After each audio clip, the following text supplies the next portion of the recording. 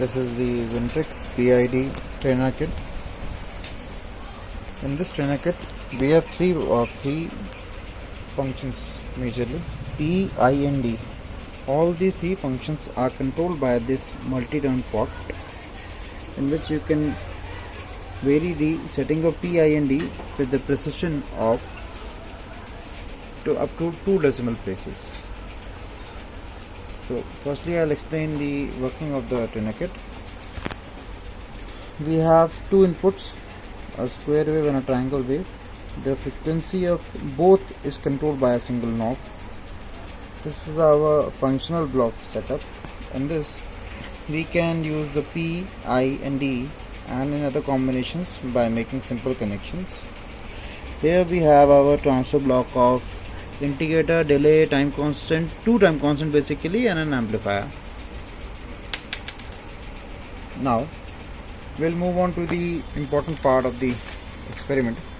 I'm going to explain to you details on page number 12 in a detail, because after this experiment, in every experiment you have to make connections as per the diagram, but the calculation of VPP and XPP and other things that are given in the chart will remain the same, because as per the connections the output will change.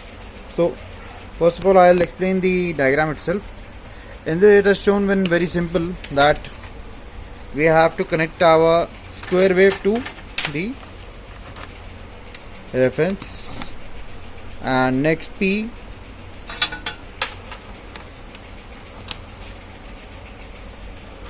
then it has shown summation will go to delay, and then the output of delay will go to time constant, and the output of time constant will go to the feedback loop. Now our CRO will be, or DSO will be connected in XY mode. The Y will be connected to reference. So we are using our CRO in XY mode.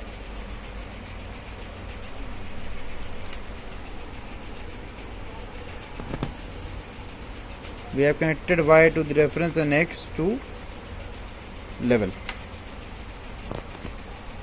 We have connected two probe X and Y to one to level, triangular wave, that is for reference, other to feedback.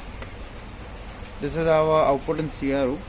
This is not quite clear because we are viewing it through a mobile phone, but as I move my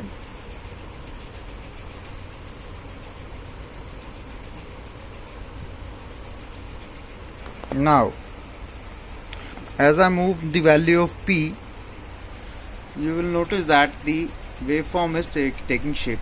Now that waveform is quite similar to what we see here on our page 12. From here, the starting point of the lower part and the ending point of the first part, that point is XPP, and the peak of the both is VPP. That can be easily calculated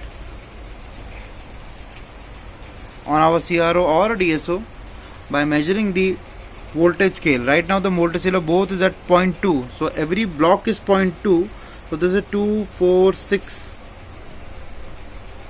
that is 0.7, that is 0.7 volts. That is our VPP, and similarly we can calculate the XPP.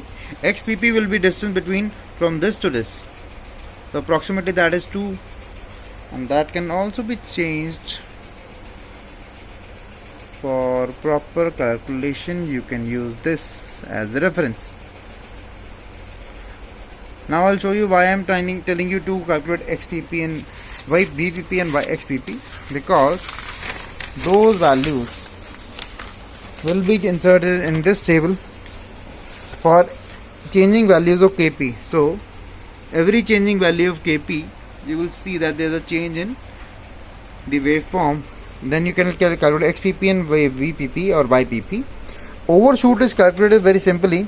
Overshoot is nothing but YPP minus XPP divided by 2, and ESS, our steady state error, is square wave amplitude. This one, the value of this square wave amplitude in voltage minus XPP. This is how you plot the P controller with type 0 system. Now for every other experiment all you have to do is simply follow the diagram and the calculation. Like in next one, the thing is very simple. Other things remaining the same. Only D is added extra. Now you can see that in D the table is starting from 8. So you can see that this is already at 8. Now as I change my D,